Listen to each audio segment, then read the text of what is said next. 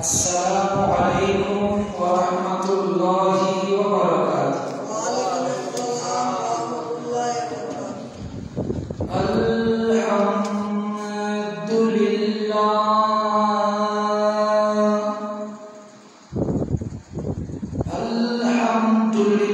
अल्हम्दुलिल्लाहि खालिक़िस समावाति अला सय्यदना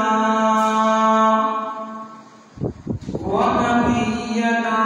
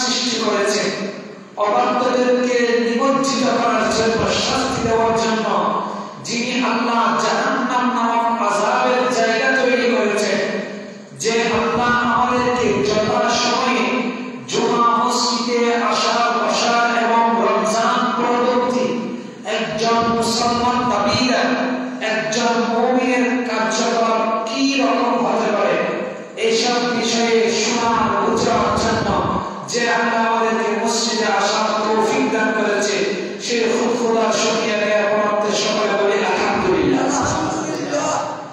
এখন লক্ষ্য করুন সালামের নাম পেশ করছি মানবতা মুক্তির দিশারি সাহেবে নওলা রাহমাতুল লিল আলামিন নবী, যেই নবীর আগমনের কারণে, যেই নবীর কালেমা পড়ে আমরা মুসলমান হয়েছি, যখন আমাদেরকে কবরের মধ্যে রাখা হবে, যেই নবীর মিল্লাতের উপর রাখা হবে, যখন আমাদের মধ্যে কবরে রেখে সকলে একে একে সবাই চলে আসবে, যেই রাসূল কবরে এসে আমাদের মতো গুনাহগারদের সাহারা হবে, সেই রাসূলের কায়নাতের কদমে লক্ষ করোড় দরুদ সালামের নাজরানা পেশ করছি। আল্লাহ তাআলা আমাদের প্রত্যেকের পক্ষ থেকে পৌঁছে দিন, সকলে বলুন আমিন। আজ খুতবার মধ্যে খুব সুন্দর কিছু আলোচনা হয়েছে। একজন মুমিনের যখন রমজান চলে যাবে, একজন মুমিনের বাকি রমজান আসা পর্যন্ত একজন মুমিন কিভাবে জীবন যাপন করবে। কারণ অনেকে মনে করছে রমজান যখন শেষ হয়ে গিয়েছে ইবাদত শেষ, রমজান যখন শেষ হয়ে গিয়েছে মসজিদের মুসল্লিরাও কমে গিয়েছে, রমজান শেষ হওয়ার সাথে সাথে যাকাত দেওয়ার পরিমাণও কমে গিয়েছে। তাই খুতবাওয়ালা খুবই বারাক্কাম তরিকায় নিয়ে, কারণ মুসলমান দিন দিন অধঃপতনের দিকে যাচ্ছে। খুতবার মধ্যে আসছে আল্লাহ তাআলা বলেন ওয়া রাহমাতি ওয়াসিআত কুল্লা শাই। আল্লাহ কোরআনুল কারীমের মধ্যে বলেন, হে আমার বান্দারা শুনো, আমি তোমাদের কাছে রমজান পাঠিয়েছি, তোমাদেরকে মুত্তাকি বানিয়েছি। তোমরা পুরো জিন্দেগি যে গুনাহগুলো করেছো, রমজানে ইবাদতের মাধ্যমে আমি আল্লাহ তোমাদের গুনাহগুলো ক্ষমা করে দিয়েছি। সুবহানাল্লাহ। এখন রমজান যখন এসেছে, একজন মুমিন দাবিদার ব্যক্তি, একজন রাসূলের উম্মত দাবিদার ব্যক্তি একটা তাকওয়ার ঘর বানিয়েছে। কিসের ঘর? তাকওয়ার ঘর। তাকওয়া মানে হচ্ছে আল্লাহ ভীতি। আল্লাহ বলেন রমজান এসেছে, যারা আমাকে বিশ্বাস করো তাদেরকে মুত্তাকি বানানোর জন্য, তারা তাকওয়ার ক্রিয়াগুলোকে মজবুত করার জন্য। আল্লাহ রাসূল বলেন যখন রমজান চলে যাবে, কিছু কিছু উম্মত রমজানের মাধ্যমে যে একটা তাকওয়ার ভিত্তি স্থাপন করেছে, যে একটা ইবাদতের মানসা গড়ে তুলেছে, ইবাদত শেষ, যখন রমজান চলে গিয়েছে, বান্দা যখন পুনরায় আল্লাহর রাস্তা থেকে ভাগে গিয়েছে, আল্লাহ তাআলা বিরাট ভুলে গিয়েছে, আল্লাহ বলেন ওই ব্যক্তি তাকওয়ার স্তর আস্তে আস্তে ভেঙে যাবে। কেননা আপনি একটা বিল্ডিং বানিয়েছেন, কারণ একটা বিল্ডিং বানাতে চাইলে দীর্ঘদিন কষ্ট করতে হয়, কিন্তু ওইটা বানানোর জন্য দীর্ঘদিন কষ্ট করতে হয়। কথা বলেন না? আপনি যদি একটা বিল্ডিং বানান, আপনি একটা ছোট্ট যদি কুড়ে ঘর বানান, ওই ঘরটাকে আপনি যদি রক্ষা করতে চান, ওই ঘরের হেমায়েত করতে হবে না, রক্ষা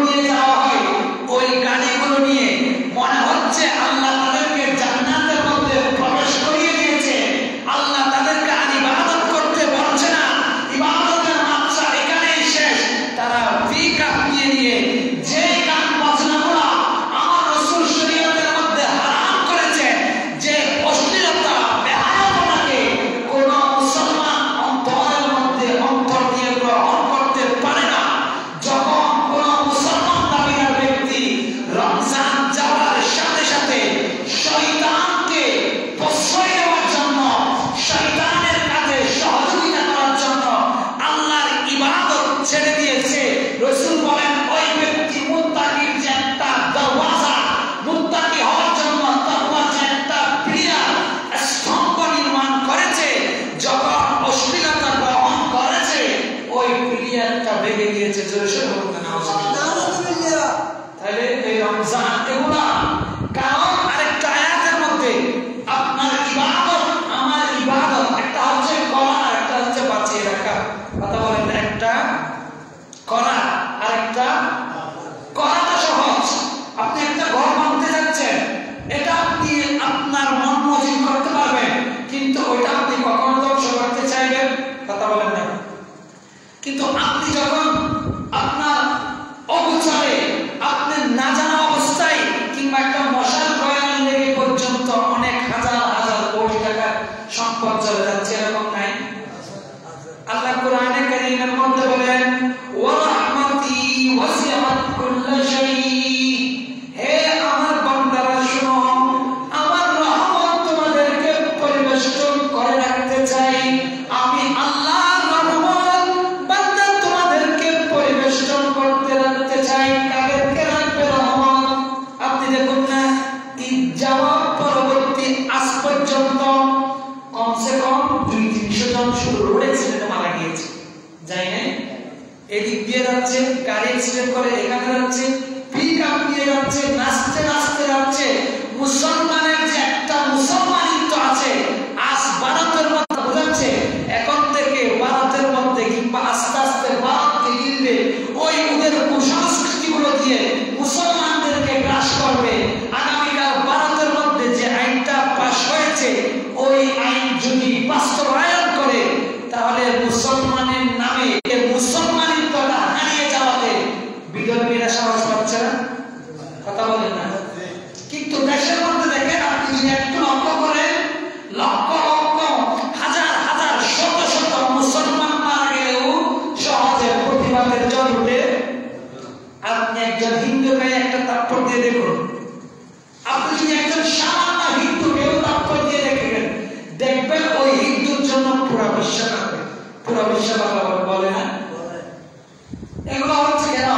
কারণ দেখছে বিধর্মীরা, ইহুদিরা দেখছে, আমরা যদি এই মুসলমান যুবক যারা হবে, যারা মুসলমান দাবি করবে, এদের ভিতর থেকে যদি তাকওয়া নামক বাতি যেটা, এটা যদি নিভিয়ে দেওয়া যায়, রাসূলের কায়নাতের উসওয়ায়ে হাসানা, উত্তম আদর্শ যদি একজন মুসলমানের বুক থেকে ছিনিয়ে নেওয়া হয়, ওই ব্যক্তিটা শুধুমাত্র নাম প্লেট থাকবে মুসলমান, আব্দুর রহিম, আব্দুল করিম, তার ভিতরে মুসলমানিত্ব থাকবে। আপনি দেখুন না, মুসলমানের ছেলেরা আজ কোন অবস্থায় যাচ্ছে। এই পরিস্থিতিগুলো সৃষ্টি করে দিয়ে আজ ভারতের মধ্যে বিজেপির আইন পাশ করছে, কাল বাংলাদেশে করবেন, এরকম কোন কিছু সম্ভাবনা আছে? সেজন্য কারণ রাসূলের কায়নাত বলছে, ঈমান এসেছে, তাকওয়ার পূর্ণ ভিত্তি সৃষ্টি হয়েছে মদিনায় মুনাওয়ারা থেকে। তাকওয়াটা আবার ঘুরে ঘুরে মদিনায় যাবে। আল্লাহ রাসূল বলেন,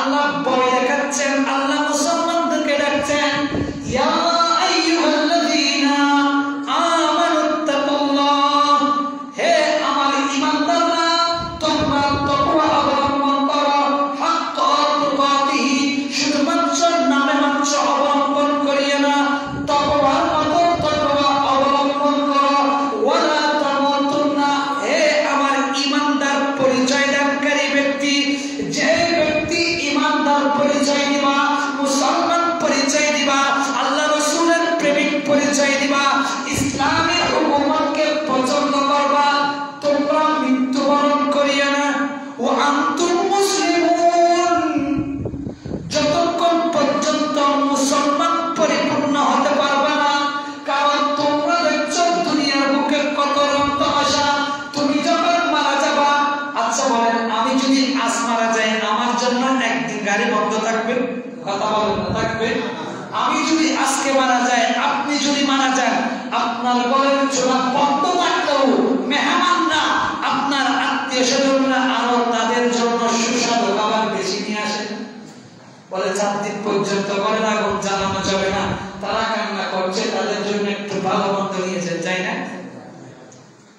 কিন্তু আমরা যে মারা যাব, আমাদের কাছে যে মরতে হবে, আল্লাহ বলছেন যারা মুমিন দাবি করছো তাকওয়া অবলম্বন করার মতো করো, যতক্ষণ পর্যন্ত পরিপূর্ণ মুসলমানের স্তর অর্জন করতে পারবে না ততক্ষণ পর্যন্ত মরার কথা চিন্তায়ও আনিও।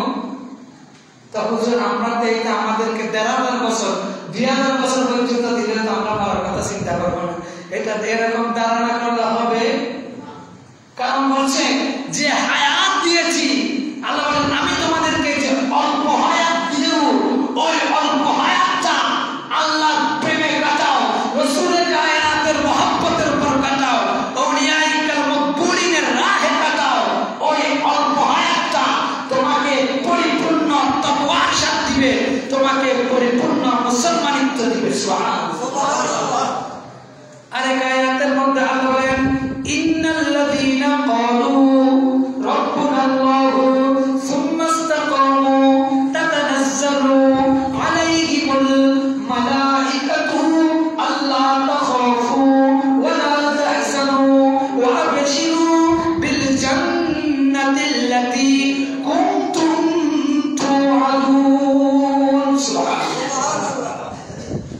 আল্লাহ বলেন ইন্নাল্লাযীনা ক্বালু রাব্বুনাল্লাহ, যারা আমি আল্লাহকে এক হিসেবে ঘোষণা দিয়েছ, আমি আল্লাহর পথে হেঁটেছ, আমি আল্লাহর দেখানো মতকে গ্রহণ করেছ, সুম্মা ইসতাকামু, যখন আমি আল্লাহর দেওয়া বিধানকে গ্রহণ করেছ, গ্রহণ করার পর ওই বিধানের পথকে ছেড়ে দাও নাই, আমি আল্লাহর নামাজ দিয়েছি, নামাজ পড়েছ, কিছুদিন পড়েছ, কিছুদিন করতে রেখেছ, এরকম করে নাই, আমি আল্লাহ তোমাদেরকে কোরআন দিয়েছি, কোরআনের সাথে সম্পর্ক রেখেছ, আমি আল্লাহ মা বাবা দিয়েছি, মা বাবাকে সম্মান করেছ, আমি আল্লাহ ইবাদতের জন্য নফল নামাজ দিয়েছি, এগুলো আদায় করেছ।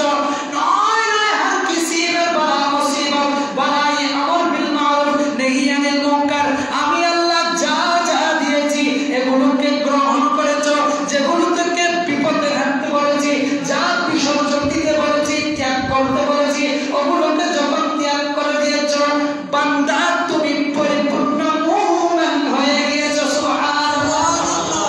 এক আয়াতের মধ্যে আল্লাহ বলছে যতক্ষণ মুসলমান হবে না, যতক্ষণ পরিপূর্ণ মুমিন হতে পারবে না, ততক্ষণ পর্যন্ত মৃত্যুবরণ করিও। কারণ আমরা দেখছি কবরে একটা সামান্য করে দিচ্ছি, ওনার পর বাঁশ দিয়ে দিচ্ছি, চাটাই দিয়ে দিচ্ছি, মাটি দিয়ে দিচ্ছি, দেওয়া আসার পর ওনার একটু জিয়ারত করছি, কবর জিয়ারত করছি, মেজবান ফাতিহা করছি, আমাদের দায়িত্ব শেষ। কিন্তু যারা পৃথিবীর বুকে আছেন তাদের দায়িত্ব শেষ হলেও আপনি যে কবরে যাচ্ছেন, আমি যে কবরে যাব, আমাদের মুরব্বীরা কবরে গিয়েছে, তাদের দায়িত্ব শেষ হয়? কথা বলেন না। আমি যদি মারা যাই, আমার সন্তান যদি দুনিয়াতে রেখে যায়, আমার সন্তান আমার জন্য কষ্ট করবে? বলেন না। যাদের মুরব্বীরা মারা গিয়েছে, আচ্ছা এমন কোন মানুষ আছে যারা মারা যায়? প্রত্যেকে তো মারা যাবে। মারা যাওয়ার পর দুনিয়াবাসীর কাজ যতটুকু তারা শুধু ততটুকুই করবে, কিন্তু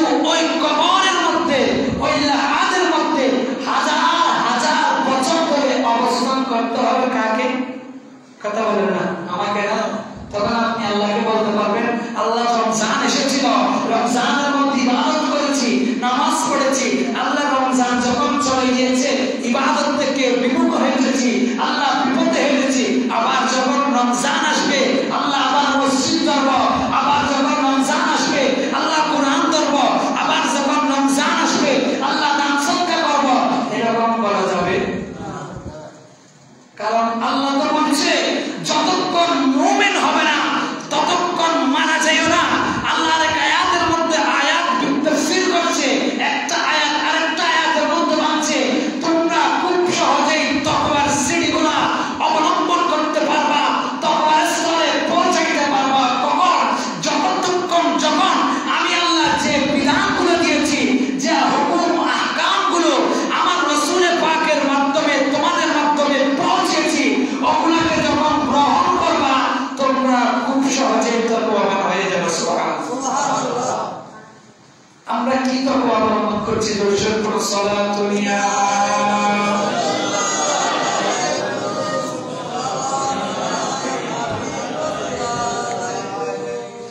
আত-তাকওয়া কাকে বলা হয়?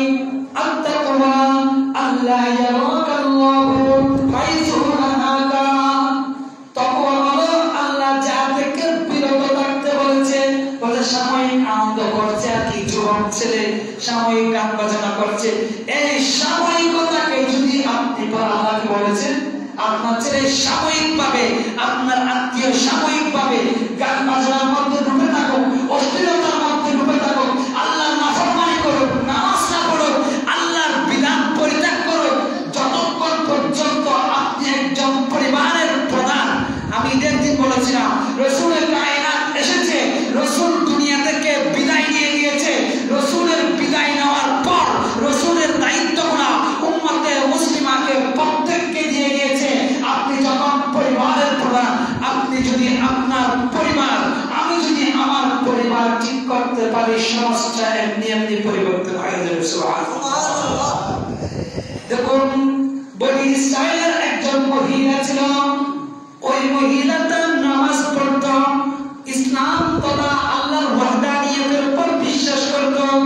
আগের জামানার মধ্যে আমার রাসূল যখন আগমন করেছিলেন ফারুক আযম, আমার রাসূল যতদিন পর্যন্ত হুদায়বিয়ার সন্ধি হয়নি ততদিন পর্যন্ত বিধর্মী মহিলাকে বিয়ে করা জায়েজ ছিল।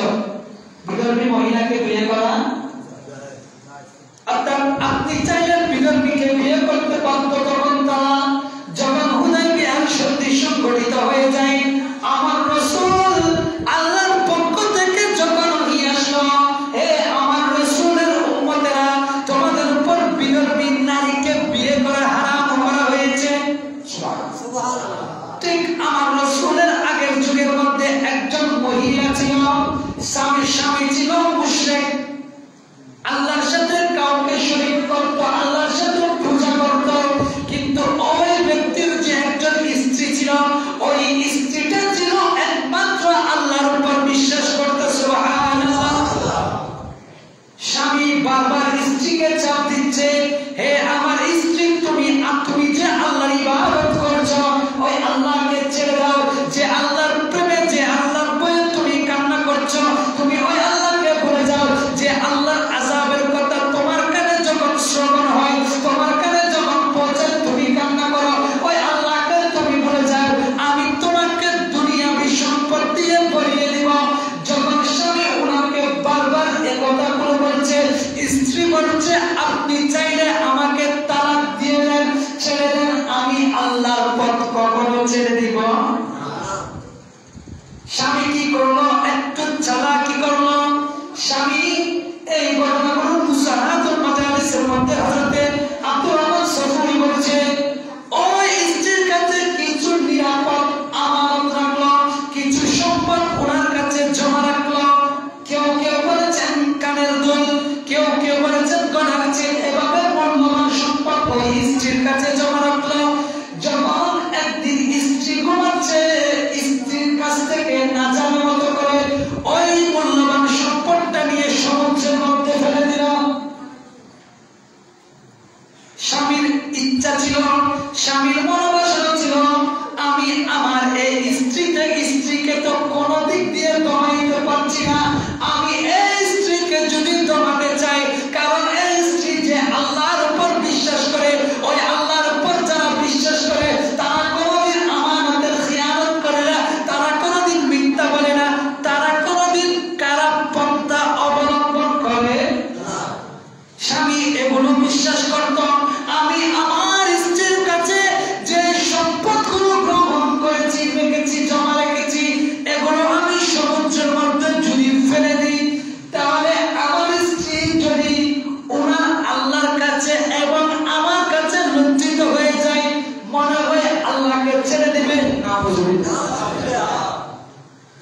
স্বামী কি করলো? ওনার কাছ থেকে নিয়ে ওই সম্পদটা সমুদ্রের মধ্যে ফেলে দিল।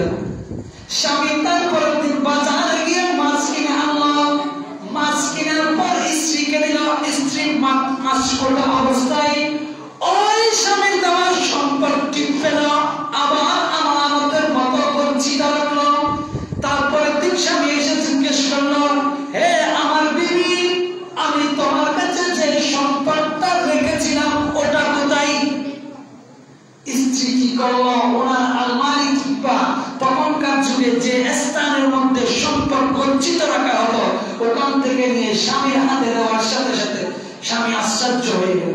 আল্লাহু আকবার। স্বামী বলল, আমি তো এই সম্পদটাকে সমুদ্রের মধ্যে নিক্ষেপ করেছিলাম, তোমার কাছে এই সম্পদটা এসেছে কেমনে? স্ত্রী বলে, আমি এমন এক খোদার উপর বিশ্বাস করি যে আল্লাহর উপর বিশ্বাস যদি যথাযথ হয়, যে আল্লাহকে যদি বিশ্বাস করার মতো কেউ করে আল্লাহ তাকে হর কিসি বেরবানা মুসিবত থেকে রক্ষা করে। সুবহানাল্লাহ।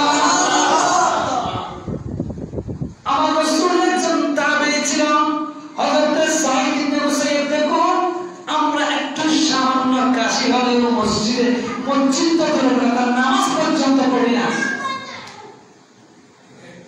দরুদ পড়ুন, সালাতুল ইয়া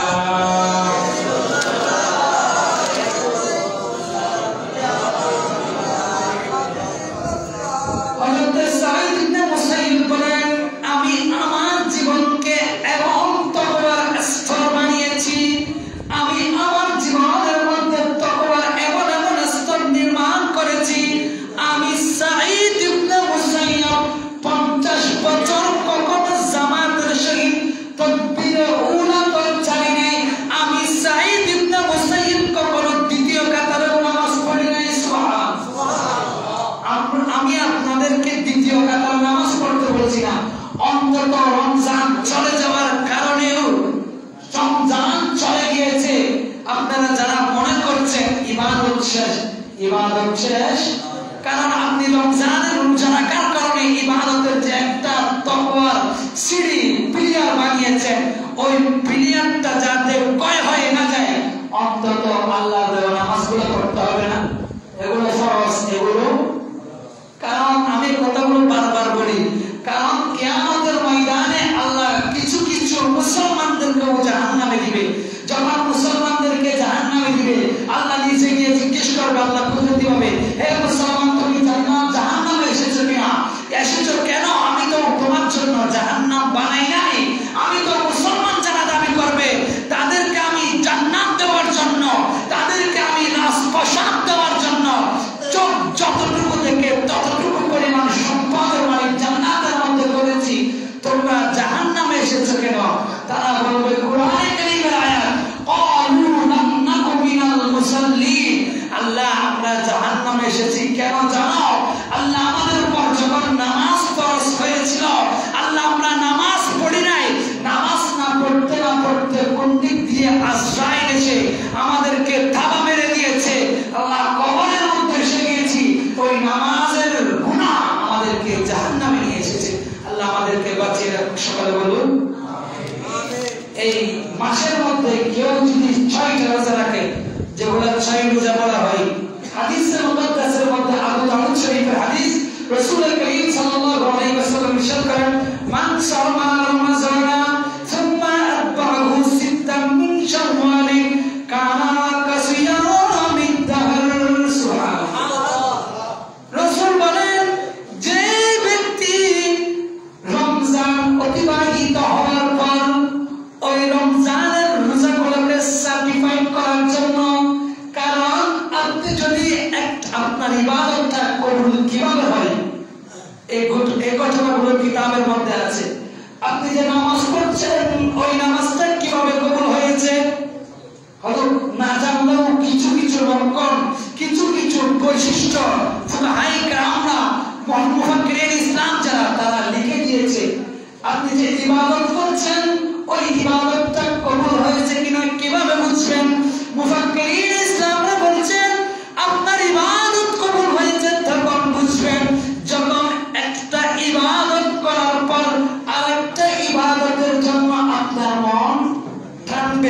আপনার মন আকর্ষণ হবে। আমি একটা ভালো কাজ করেছি, আরেকটা কাজ করার জন্য যখন আপনার মন থেকে ইচ্ছা শক্তি জন্মাবে, বুঝবেন আপনার ওই কাজটা কবুল হয়েছে। সুবহানাল্লাহ। তাই যারা রমজানে 30 রোজা রেখেছে, যাদের সুযোগ হয়, এগুলো আবার ফরজ না, এগুলো নফল। কারণ রাসূল কায়নাত বলেন, যে ব্যক্তি শাওয়ালের মধ্যে 6টা রোজা রাখবে, পুরো বছর রমজানের পুরো বছর নফল রোজা রাখলে যে সওয়াব, শাওয়ালের মধ্যে 6টা রোজা রাখলে সেই সওয়াব। সুবহানাল্লাহ। আরেকটা হাদিসের মধ্যে বলেন, আল্লাহ রমজানের একটা রোজাকে 10টা করে দিবেন। সময় দিন না, বলিবেন আসলে